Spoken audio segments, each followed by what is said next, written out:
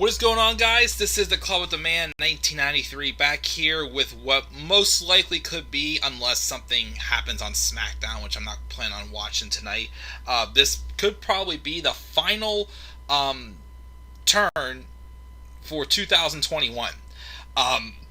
As well, the AJ Styles one, as I mentioned back in the Brock Lesnar turn alert I did previously, the AJ Styles one could still be a possibility, but again, I'm going to wait on that one.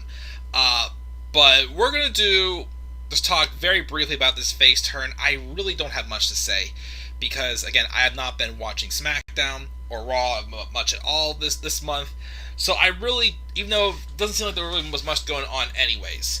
So, Xia Li was part of the 2021 draft as she was drafted from NXT to SmackDown.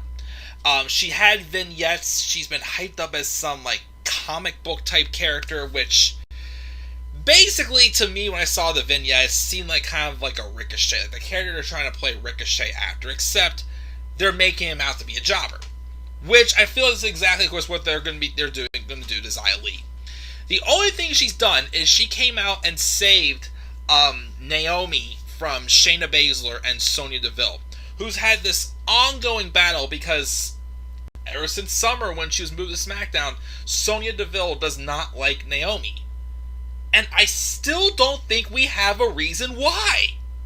It's at a point where it's like, okay, yes, we get you're holding her back and trying to get some sympathy on Naomi, but why though? And now it's boring and doesn't make any sense.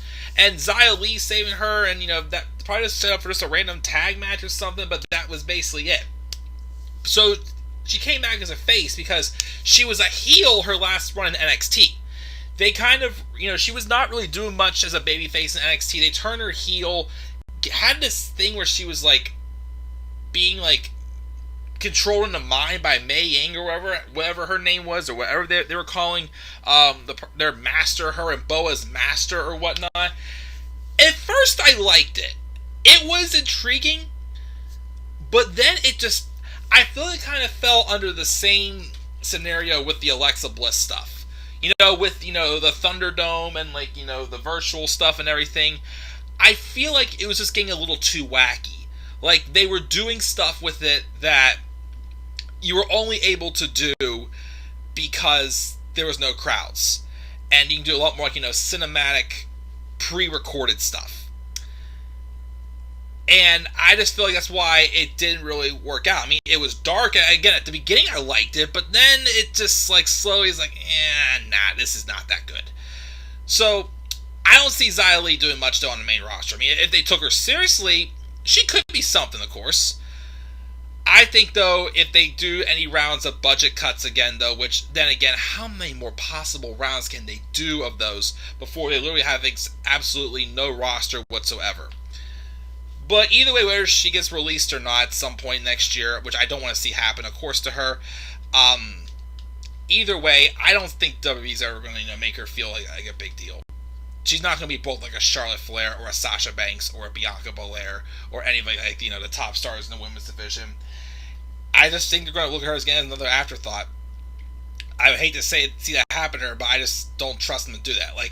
They're basically feel like they're doing kind of a similar, whatever they're trying to do with Ricochet. They're obsessed with calling him a superhero or whatnot. So Xia Li is a comic book character. So I don't know. I'm going to set my bar pretty low, unfortunately, when it comes to Xia Li. But hopefully they prove me wrong and she succeeds. It'd be nice. But based off WWE's history, I don't know. But that's my thoughts, guys, on Xia Li's face turn when she debuted on SmackDown, post vignettes, of course, December 10th, 2021. What are your thoughts on Xia Li being on SmackDown and being a babyface again? Did you like what they did with her in NXT with her, Boa, and Mei Ying?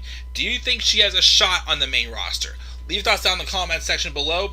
Be sure as always to slap a like on the video and subscribe for more content on my channel. Follow me on Twitter at DemandAirboy93. And as always, guys, going into 2022, since this is most likely going to be the last turn alert of 2021, please stay tuned for more WWE Turn Alert.